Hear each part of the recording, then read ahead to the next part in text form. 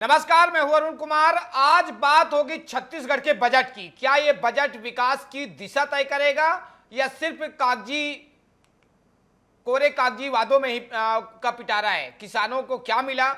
युवाओं के रोजगार पर क्या ठोस योजना है? महिलाओं, आदिवासियों और बस्तर के विकास के लिए क्या बड़ा ऐलान हुआ है? और सबसे बड़ा सवाल, क्या यह बजट राज्य की आर्थिक सेहत संभालेगा या कर्ज बढ़ाएगा? आज हमारे साथ है बीजेपी और कांग्रेस के खास मेहमान। तो चलिए शुरू करते हैं सीधा सवाल जवाब, लेकिन इसके पहले देखिए एक रिपोर्ट।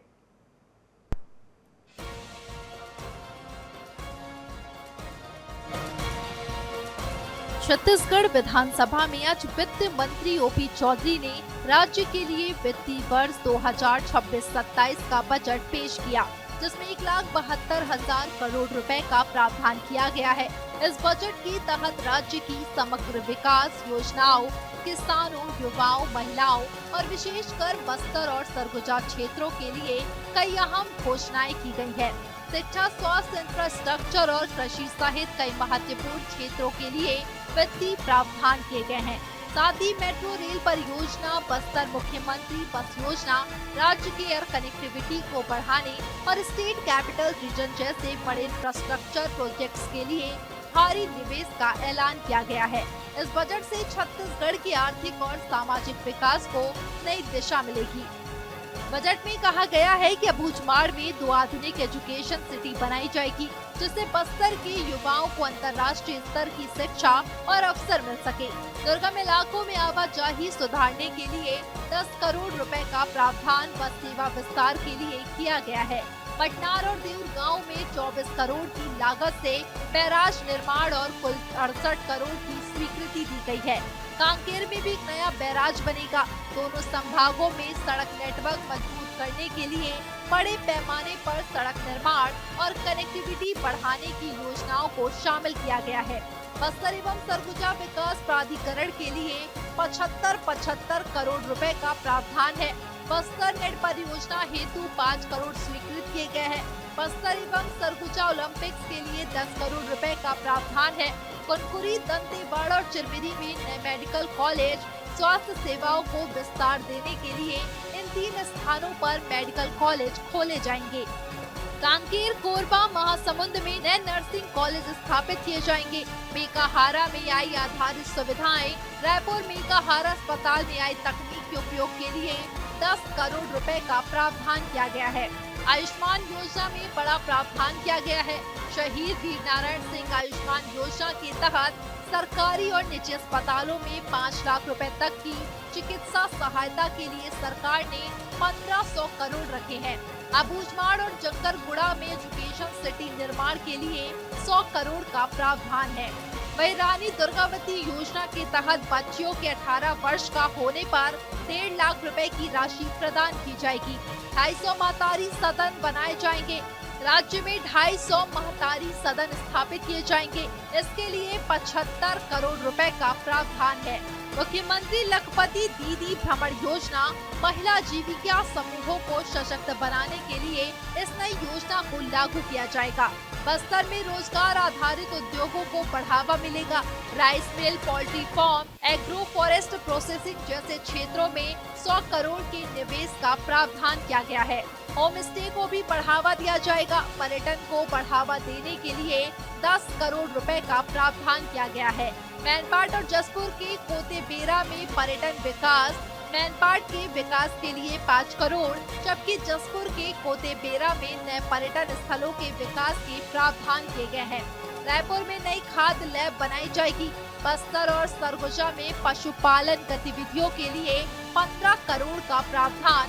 मुख्यमंत्री सड़क योजना के लिए 200 करोड़, जिसमें 36 सड़कें शामिल है। निवेशकों को प्रोत्साहन के लिए 100 करोड़ का प्रावधान दिया गया है। मितानिन कल्याण निधि के लिए 350 करोड़। बस्तर और सरगुजा विकास प्राधिकरण की राशि 50 करोड़ से बढ़ाकर 75 करोड़ कर दी गई है। बस्तर के लिए अलग से 100 करोड़ का प्रावधान किया गया है।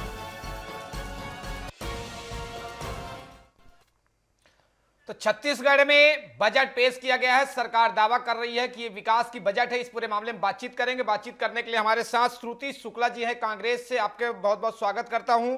आलोक सोनी जी हैं बीजेपी से भी, आपका भी स्वागत करता हूं। सुधीर पांडे जी हैं वरिष्ठ पत्रकार, आपका भी स्वागत करता हूं। सबसे पहले सवाल बीजेपी से है।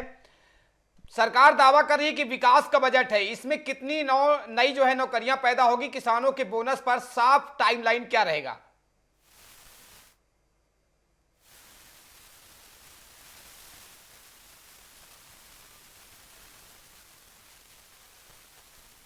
आलोक जी, हमारी आवाज आपको पहुंच रही है? आपका माइक म्यूट हो गया है। आप जी जी जी जी बोले जी। सबसे पहले तो आपको आपके सभी दर्शकों को, साथ ही प्रवक्ता को, जो वरिष्ठ पत्रकार हमसे जुड़े हुए हैं, उनको मेरा नमस्कार। देखिए, ये बजट दर्शा रहा है, छत्तीसगढ़ में भारतीय जनता पार्टी के उस संकल्प को दर्शा रहा है। इस बजट का थीम भी संकल्प रखा गया है कि हम छत्तीसगढ़ के विकास को लेकर के जिस प्रतिबद्धता से इस छत्तीसगढ़ में जो हमने सरकार बनाई है और जनता का जो आशीर्वाद मिला है, चाहे मैं वो 15 वर्ष की बात करूं जिस समय डॉक्टर रमन सिंह जी की सरकार थी, या अभी माननीय विष्णुदेव साय जी की सरकार है, तो लगातार भारतीय जनता पार्टी का जो प्रयास होता है कि प्रदेश को एक नए आयाम पर लेकर के जाना, प्रदेश की जो इकोनॉमी है, प्रदेश की जो जनता है, उनके जीवन स्तर में सुधार करना, और जो हमारे युवाओं है, या चाहे महिलाओं की बात करूं या फिर मैं किसानों की बात करूं, तो सभी को साथ लेकर के चलने की जो बात की जाती है, वो इस बजट का समावेश नजर आ रहा है। और ये अपने आप में क्लियर इंडिकेशन है कि जो हमारी दिशा और दशा बिल्कुल सही है, और हम आने वाले समय में एक विकसित भारत में विकसित छत्तीसगढ़ प्रदेश का जो सबसे बड़ा कंट्रीब्यूशन होगा, उसके लिए तैयार है। ये अपने आप में बजट को आपने देखा होगा, लगभग एक्सपेंडिचर और जो रिसिप्ट की बात करें तो दोनों बराबर है। उसके अलावा जो बजट का विकास यदि आप देख रहे हैं कि किस तरह से जो छत्तीसगढ़ का बजट एक समय पे 2500 करोड़ से लेकर के आज हम लोग 2.25 लाख करोड़ के लगभग पहुंचे, ये भी अपने आप में दर्शाता है कि छत्तीसगढ़ लगातार विकास कर रहा है, विकास की राह पर है, और बहुत मजबूती से उस अपनी जो सस्टेनेबिलिटी जिसे कहना चाहिए प्रोडक्टिविटी की, उसको बना के रखा हुआ है। ये अपने आप में सारी चीजों के लिए मैं छत्तीसगढ़ की जनता को भी श्रेय दूंगा कि एक राजनीतिक स्थायित्व जो आवश्यक होता है एक प्रदेश में, वो राजनीतिक स्थायित्व लगातार मिला है।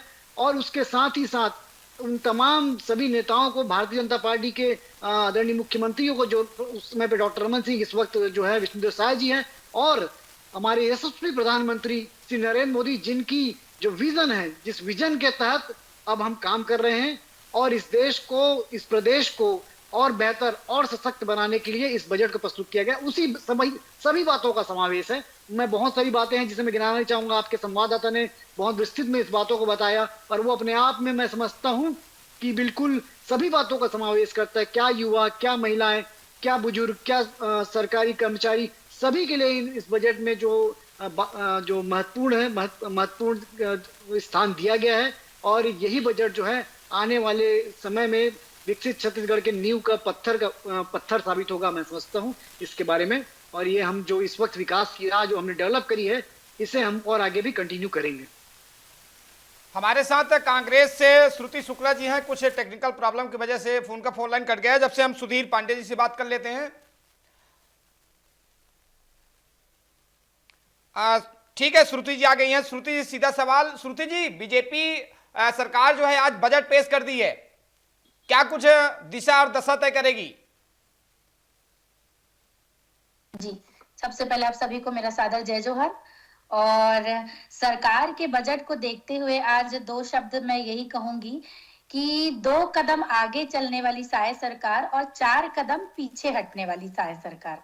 मतलब सरकार कहीं ना कहीं, मुझे ऐसा लगता है इस बजट को देखते मुझे लग रहा है कि 2 कदम अगर आगे चल रही है तो 4 कदम कहीं ना कहीं पीछे हट रही है। और सबसे दुर्भाग्य की बात यह है कि सरकार बने 2 साल हो गया है, और इन 2 सालों में साय सरकार अभी तक के छत्तीसगढ़ प्रदेश को लेकर के अपना विजन सेट नहीं कर पाई है। सबसे दुर्भाग्य की बात है एंकर महोदय कि आज इन 2 सालों में आप सबसे बड़ी जो स्थिति है, निराशाजनक है, ये जनप्रतिनिधियों की है। इनके स्वयं के अधिकतर जनप्रतिनिधि जो है आज राज्य में जीत करके आए हैं, सभी पंचायती राज चुनाव में, सभी क्षेत्रों में। उनसे जाकर के भी जब हम डायरेक्ट वार्तालाप करते तो पता चलता है कि विकास के नाम पर जो है जनप्रतिनिधियों के फंड में पैसा ही नहीं आता है, उनकी निधि तक नहीं दे पा रही है सरकार। तो ये किस प्रकार का विकास और किस प्रकार का बजट है? सरकार के बजट का विजन मुझे समझ नहीं आता। अगर मैं बात करती हूँ महिलाओं की, ये बात करते हैं महिलाओं की, युवाओं की बात अगर ये करते, 1 लाख नौकरी देने का वादा इन्होंने किया था, तो मैं पूछना चाहती हूँ कि 2 साल में कितनी नौकरी आप अभी तक दे चुके हैं कि आपके 5 साल में जो है 1 लाख नौकरी का टारगेट जो है वो पूरा हो जाए। नौकरी देना, वैकेंसियां निकालना तो दूर की बात है, ऊपर से आप कहते हैं कि हम व्यापम की जो है मतलब गाइडलाइन को सेट करेंगे, उसकी व्यापकता को बढ़ाएंगे। तो अरे भाई, वो लोग हर चीजों से संपन्न है, स्टेबल है, आपको जरूरत है वैकेंसियां निकालने की, तो जिस पर कदम बढ़ाते हुए सरकार दिख नहीं रही है। महिलाओं की बात मैं करूंगी तो महतारी वंदन योजना में वर्तमान में जिन महिलाओं के खाते में पैसा जाता था, उन महिलाओं के नाम तो काटे जा रहे हैं, लेकिन आगे जाके इनका जो बजट मुझे दिखा है तो उसमें ये नहीं लग रहा है कि और नए नाम महिलाओं के इस महतारी वंदन योजना में जोड़े जाएंगे और इसका लाभ महिलाओं तक और पहुंच पाएगा। इसके बाद कॉर्पोरेट सेक्टर की मैं बात करूंगी तो कॉर्पोरेट सेक्टर में भी आप देख लीजिए कि छोटी छोटी जो जमीनें हैं उनकी रजिस्ट्री नहीं होगी। तो आप कॉर्पोरेट सेक्टर में भी देख लीजिए कि जब रियल एस्टेट जो है उसका क्या हाल होगा और अभी भी वर्तमान में पिछले 2 सालों में क्या स्थिति है। तो सरकार कुल मिलाकर अपने विजन को सेट नहीं कर पा रही है। पिछले 2 वर्षों में जितने आपराधिक प्रकरण छत्तीसगढ़ में बढ़े हैं, उन सब चीजों को लेकर के, कंट्रोल को लेकर के, पुलिस प्रशासन को लेकर के क्या नियम है आपके पास बजट में, क्या आपके पास प्रावधान है महिला सुरक्षा को लेकर के, बढ़ते अपराधों को रोकने के लिए क्या प्रावधान है, इन सब चीजों में सरकार मुखर होके बोलते नहीं दिख रही है और इनके बजट में कुछ भी समझ नहीं आ रहा है। ऐसा लगता है कि खाली जनता को झुनझुना पकड़ाने का प्रयास बजट के माध्यम से किया जा रहा है और सरकार अपने विजन को स्वयं स्पष्ट नहीं कर पा रही है। हमारे साथ सुधीर पांडे जी वरिष्ठ पत्रकार, उनसे जान लेते हैं। सर, जो आज बजट पेश किया गया है 5 सालों, ये एक बजट नहीं है बल्कि छत्तीसगढ़ की दिशा और दशा तय करती है। इस बजट से राज्य का कर्ज कितना बढ़ेगा इस बजट के बाद से, और क्या कुछ आर्थिक स्थिति सुधरेगी छत्तीसगढ़ की?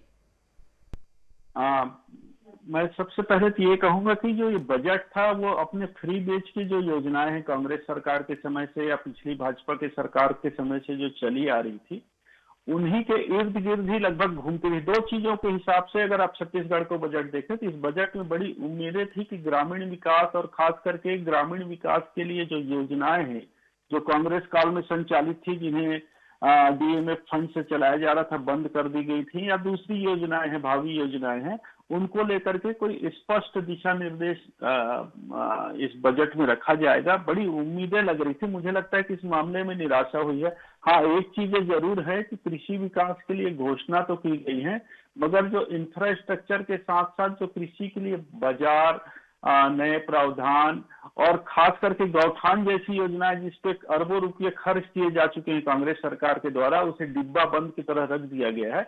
इसके लिए कोई प्रावधान नहीं रखे गए। तो ज्यादातर क्या बजट इन्होंने महिला, युवा और इनके ऊपर ध्यान दिया। बजट की एक अच्छी चीज ये है कि नक्सल उन्मूलन के बाद में बस्तर की ओर पर्याप्त ध्यान दिया गया है। दूसरी चीज, बहुत अच्छी चीज है कि इन्होंने जो शक्तिपीठों की सर्किट और पर्यटन योजनाएं बढ़ाई हैं, इनसे निश्चित रूप से छत्तीसगढ़ की आय बढ़ेगी। बस्तर में अगर हालत सुधरेगा तो छत्तीसगढ़ की भी हालत सुधरेगी। मगर मेरा ये मानना है कि जो युवाओं को, एक चीज और अच्छा इस बजट में प्रावधान किया गया है, युवाओं को तकनीकी शिक्षा, विशेषज्ञ शिक्षा या कौशल शिक्षा, इसके प्रति फिर से जोर दिया गया है। वित्त मंत्री चौधरी जी इसके लिए खासे प्रयासरत रहते हैं और उन्होंने युवाओं की जरूरत को समझा कि रोजगार हम केवल सरकारी नौकरी से नहीं प्राप्त कर सकते बल्कि कौशल शिक्षा के साथ साथ प्राप्त कर सकते हैं। मगर मैं फिर से एक बात कहूंगा कि गौठान योजना एक ऐसी योजना है जिसके माध्यम से कम पैसे में, सीमित साधन में शासकीय जमीनों जो पड़ी हुई हैं या कब्जे हो रहे हैं, उनका सदुपयोग करके एक साथ हजारों लाखों लोगों को काम दिया जा सकता है। मुझे बड़ी निराशा हुई इस बजट में। जो सबसे बड़ी निराशा थी वो इस बात की थी कि जिन योजना पर जनता के पैसे लगे हुए हैं, भले ही वो कांग्रेस सरकार ने लागू किए और उसको भाजपा सरकार ने बंद कर दिया, उसका विकल्प ढूंढना बहुत जरूरी था। गौठान योजना से ग्रामीण विकास की रीढ़ को मजबूत की जा सकती थी। दूसरी चीज है, कृषि विकास के लिए इन्होंने फिर से झुनझुना पकड़ाया है।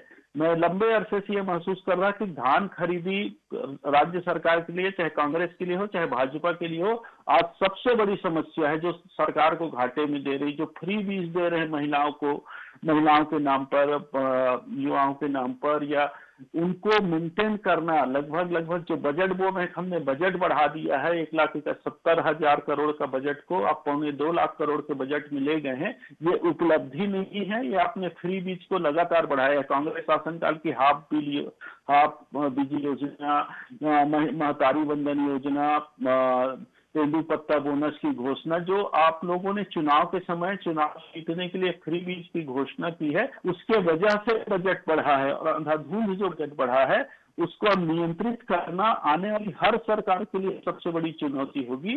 और आज जो स्थिति बिगड़ रही है, चाहे वो धान खरीदी की हो या बार बार घोषणाओं को जो वापस लिया जा रहा है, इसके पीछे मूल कारण ये है कि बगैर कोई योजना बनाए जो फ्री बीज की घोषणा चुनाव के समय करिए, वो कांग्रेस के साथ साथ अब भाजपा के लिए भी गले की हड्डी बन गई है। और इसका एकमात्र विकल्प ये है कि अब ग्रामीण क्षेत्रों में रोजगार को बहुत तेजी से बढ़ाएं, ग्रामीण अधोसंरचना को बढ़ाएं, जो धान खरीदी के बदले वैकल्पिक फसलों के लिए योजनाबद्ध, जैसे आपने पहले घोषणा की थी कि हम हर जिलेवार एक फसल को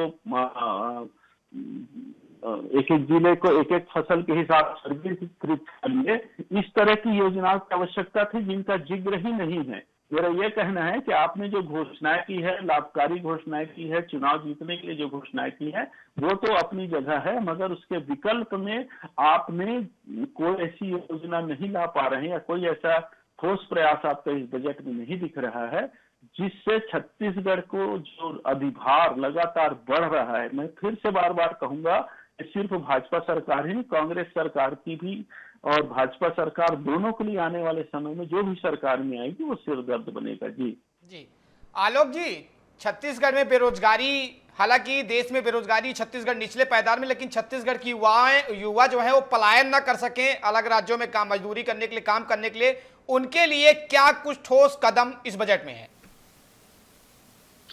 सबसे पहले देखिए, आदरणीय जो भी एक पत्रकार महोदय जो बात कर रहे थे कि हमने जो है कृषकों के लिए कोई विशेष योजनाएं नहीं चलाई है, तो मैं बता दूं कि लाइवलीहुड के तहत 10,000 करोड़ रुपए का कृषक उन्नति योजना है, अलॉट किया गया है। 5500 करोड़ रुपए सब्सिडीज के लिए रखा हुआ है, इलेक्ट्रिकल पंप के लिए किसानों के लिए। 820 करोड़ रुपए पीएम योजना की तरह रखा गया है। 170 करोड़ रुपए जो आप बात कर रहे थे कि हम धान की खेती के अलावा और हॉर्टिकल्चर की खेतियों को या कैश क्रॉप को बढ़ावा देने के लिए हम क्या कर रहे हैं, तो 170 करोड़ रुपए हॉर्टिकल्चर यूनिवर्सिटीज को कि और हम रिसर्च एंड डेवलपमेंट कर सके, इसके लिए अलॉट किया गया है। 170 करोड़ रुपए इंडिकेटर वाटर शेड के लिए बात की। उसके अलावा सबसे महत्वपूर्ण जो देश स्वर्गीय श्री अटल बिहारी वाजपेयी जी की जो विजन था कि जो देश में जो नदियां हैं उन्हें जोड़ा जाए, उसके लिए जो है विशेष योजना लाई गई है। रिवर को कनेक्ट करने की जो योजना है उससे लाई गई, ताकि वो जो किसान भाई है उन्हें उसका फायदा मिल सके और फसल जो है उसे उन्नत किया जा सके और बेहतर जो है कैश क्रॉप को जो है बढ़ावा दिया जा सके। और आपने जो सवाल किया कि युवाओं के लिए क्या, तो इस बजट के थीम के तहत आपने देखा होगा जो बजट का थीम है संकल्प का, तो संकल्प में जो हमने सबसे पहले जो एक बात रखी कि हम किसे बेहतर करने का प्रयास कर रहे हैं, तो हम बेहतर करने का प्रयास कर रहे हैं अपने युवाओं को। तो उनके लिए जो विभिन्न प्रकार के जो टेक्निकल एजुकेशन सेंटर है या फिर जो बस्तर विकास की बात कर रहे हैं, सरगुजा विकास की बात कर रहे हैं, स्पोर्ट्स में उन्हें आगे बढ़ाने की बात कर रहे हैं, एजुकेशन सिस्टम में उन्हें आगे बढ़ाने की बात कर रहे हैं, इसके लिए जो प्रावधान किए गए ये अपने आप में दर्शा रहा है कि कितनी चिंता जो है वो छत्तीसगढ़ के युवाओं के लिए है। उन्हें कैसे बेहतर कौशल, कुशल और बेहतर स्किल्ड बनाया जा सके ताकि वो अपने लिए स्वयं के लिए रोजगार सृजन कर सके और दूसरों के लिए भी रोजगार के अवसर खोल सके। तो ये वो सरकार है जो उस पे काम कर रही है कि जो रोजगार देने वाला पैदा करेंगे, हम रोजगार लेने वाला नहीं। मैं आपकी चैनल के माध्यम से बताना चाहूंगा। दूसरी बात, आपने देखा होगा छत्तीसगढ़ में भरपूर वनांचल है, भरपूर पर्यटन क्षेत्र में संभावना है, तो उस पे भी फोकस किया गया है और उसको कनेक्ट किया गया है लाइवलीहुड के साथ में कि कैसे वहां पर में जो रहने वाले लोग हैं उन्हें प्रशिक्षित किया जा सके और उस जगह पर में गाइड के रूप में उन्हें और रोजगार के रूप में। तो ये सारी चीजें आपस में इंटरकनेक्टेड है। ये सारा प्रयास देखिए बहुत, ये अभी मैं बात सुन रहा था कांग्रेस की प्रवक्ता जो हमारी बहन वो कह रही थी कि कोई विजन नहीं है। तो जब आप बात करते हैं एक प्रदेश के विकास की, प्रदेश को आगे बढ़ाने की, तो आप एक विजन के साथ साथ आपको उसे धरातल पे भी उतारना पड़ता है। और केवल आप एक ही सेक्टर को लेकर के आप उस विकास को, आयाम को अचीव नहीं कर सकते। आपने, मैं बता दूं, इस बजट में जी लगभग 13% 22,360 करोड़ रुपए एजुकेशन सेक्टर में खर्च होगा। ये जी। अपने आप में दर्शाता है कि कितना बेहतर शिक्षा व्यवस्था को हम और करना चाहते हैं। पीएम श्री जो स्कूल है उसे और कितना बेहतर बनाना चाहते हैं। ये दर्शा रहा है कि हम आने वाले भविष्य को किस तरह मजबूती से तैयार कर रहे हैं, ताकि वो देश विदेश, राष्ट्रीय अंतर्राष्ट्रीय स्तर पर उन तमाम युवाओं के साथ कंधे से कंधा मिला के चल सके, चाहे वो शिक्षा हो, चाहे रोजगार के क्षेत्र हो, चाहे व्यवसाय के क्षेत्र हो। तो उन तमाम जो अपॉर्चुनिटीज है वो छत्तीसगढ़ के युवाओं को मिलेगी, उनको जो है वो मौका मिलेगा। चाहे मैं मुख्यमंत्री की जो विशेष योजनाएं अभी आई है स्टार्टअप को लेकर के, जो हमने एडिशनल फंडिंग करी है, तो उसमें भी ध्यान दिया जा रहा है कि जो स्टार्टअप डेवलप हो यहाँ पर हमें उन्हें कैसे हाथ पकड़ करके और आगे बेहतर बनाने का प्रयास किया जा सके, उन्हें फंड की आवश्यकता हो तो वो दिया जा सके। तो ये समग्र बात केवल एक ही विषय, एक ही व्यक्ति को लेकर के आप जो है, या एक ही फील्ड को लेकर के आप समग्र विकास की परिकल्पना नहीं कर सकते। दूसरी बात मैं एक और कहना चाहूंगा कि जो आप फ्री बीस की बात करते हैं, तो कहीं ना कहीं वो इस विकास के मॉडल में एक बड़ा आयाम होता है। कई बार जो जी आलोक जी, समय की पाबंदी है, श्रुति शुक्ला जी सब थोड़ी बातचीत कर लेते हैं। श्रुति जी, बजट को लेकर आलोचना या कोई ठोस आर्थिक रोडमैप भी आप देंगे, क्योंकि विपक्ष की भूमिका सिर्फ विरोध नहीं बल्कि विकल्प भी होता है।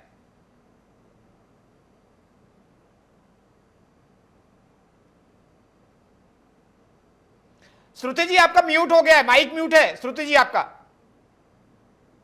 मैं वही कहती कि वरिष्ठ पत्रकार महोदय जी की बातों को मैंने सुना है बहुत ध्यान से जी। और मैंने जो कहा कि अभी वर्तमान में सरकार का जो विजन है वो हमको समझ नहीं आ रहा है, वही बात इन्होंने कही, बहुत अच्छे से समझाया। देखिए, इन्होंने गौठान की बात कही, तो मैं किसानों को लेकर के एक बात कहूंगी, क्योंकि छत्तीसगढ़ जो है, ये हमारा जो छत्तीसगढ़ राज्य की नींव ही जो है, ये हमारे किसान भाई हैं और अधिकतर जो है बहुलता है किसानों की है। तो किसानों को लेकर के कोई जो मेरी बात सुन लीजिए, किसानों को लेकर के तो जितना धक्का आपने छत्तीसगढ़ की सरकार, छत्तीसगढ़ की जनता को दिया है अपने घोटालों से, के चलते आत्महत्या लगभग आपने तो पूरा प्रयास किया था कैसे छत्तीसगढ़ को पिछले आलोक जी कांग्रेस की भी सुन लेते हैं, कांग्रेस की भी सुन लेते हैं जी। तमाम योजनाएं ऐसी थी जो छत्तीसगढ़ को पीछे धकेल रही थी, आगे की बजाय गौठान जैसी जो योजनाएं चल रही थी, उन योजनाओं को इन्होंने बंद कर दिया है। उन योजनाओं के लिए बजट में कोई प्रावधान नहीं है। और ऐसे किसान जो गन्ना की खेती करते हैं, जो मक्के की खेती करते हैं, उनके लिए इस बजट में कोई प्रावधान नहीं है।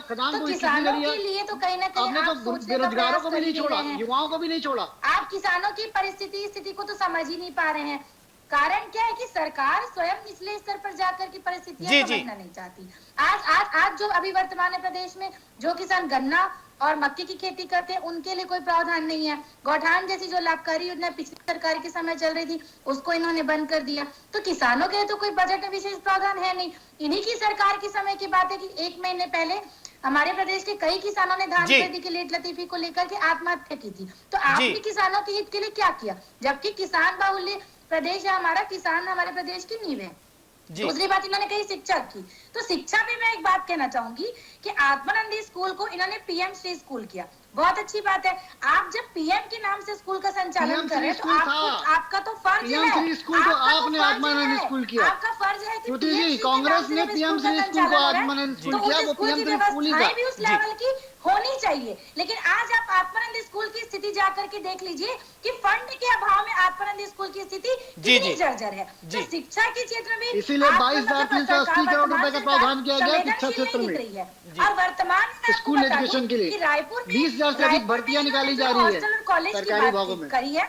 उसमें जो प्रावधान लाया है वो भी पिछली सरकार के समय का बजट है, जिसको नाम बदल करके ये जो है जनता के सामने प्रस्तुत करने का प्रयास करे। यानी इस बजट में सिर्फ यही है कि पिछली सरकार की लाभकारी योजनाओं को बंद किया जाए और कुछ योजनाएं हैं जिनको तोड़ मरोड़ करके प्रस्तुत किया जाए। इन्होंने 18 लाख आवास की बात की थी, उसका कोई प्रावधान बजट में नहीं है। शिक्षा की बात करते हैं तो आत्मानंद स्कूल की स्थिति जाकर के देख लीजिए कि कितनी जर्जर स्थिति उन स्कूलों की है। तो मुझे नहीं लगता है कि सरकार बजट में छत्तीसगढ़ के विकास को लेकर के कोई विजन सेट कर पाई है और कोई विशेष प्रावधान जो है बजट में ये लोग ला पाए हैं। जी जी श्रुति जी, टाइम की पाबंदी है। आलोक जी से एक छोटा सा एकदम शॉर्टकट में जवाब हमें दीजिएगा, बजट की घोषणाओं की मॉनिटरिंग कैसे करेंगे, जमीनी हकीकत पर कैसे होगी मॉनिटरिंग इसकी, एकदम जल्दी से। देखिए, सबसे पहले इस सरकार ने जो प्रयास किया है वो किया है ट्रांसपेरेंसी की। तो जो जितनी भी सरकारी योजनाएं इस वक्त चल रही है या सरकार का जो काम काज है वो जनता के समक्ष पूरी ट्रांसपेरेंसी के साथ उस सिस्टम को डेवलप किया गया है। चाहे मैं मंत्रालय में कामकाज की बात कर लूं, ई फाइलिंग की बात कर लूं, इस तमाम काम को, सरकार के काम को धरातल तक कैसे पहुंचे उसके लिए ट्रांसपेरेंसी बढ़ती जा रही है और प्रयास किया जा रहा है कि अंतिम पायदान पे खड़े व्यक्ति तक सरकारी योजनाओं का फायदा पहुंचे, उस व्यक्ति तक के जिसकी जरूरत है। इसके लिए तो हमने बनाए हैं और हम ही संवारेंगे। इस थीम के साथ छत्तीसगढ़ जो सरकार है वो काम कर रही है और छत्तीसगढ़ प्रदेश को ऊंचाई पे ले जाने के लिए हर संभव जो प्रयास है वो जारी है। जी आलोक जी, टाइम की पाबंदी है। हमारे साथ श्रुति शुक्ला जी कांग्रेस से, आपका बहुत बहुत शुक्रिया हमसे जुड़ने के लिए, बातचीत करने के लिए। आलोक सोनी जी बीजेपी से, आपका भी बहुत बहुत शुक्रिया। हमारे वरिष्ठ पत्रकार सुधीर पांडे जी, आपका भी शुक्रिया हमसे जुड़ने के लिए, बात करने के लिए। तो आज बात हुई है छत्तीसगढ़ के बजट की। ये विकास की आज का जो बजट है, विकास की लेकर छत्तीसगढ़ की दशा और दिशा दोनों तय करेगा। बहरहाल डिबेट सेंटर में यहीं तक। आप देखते रहिए DN News Plus। नमस्कार।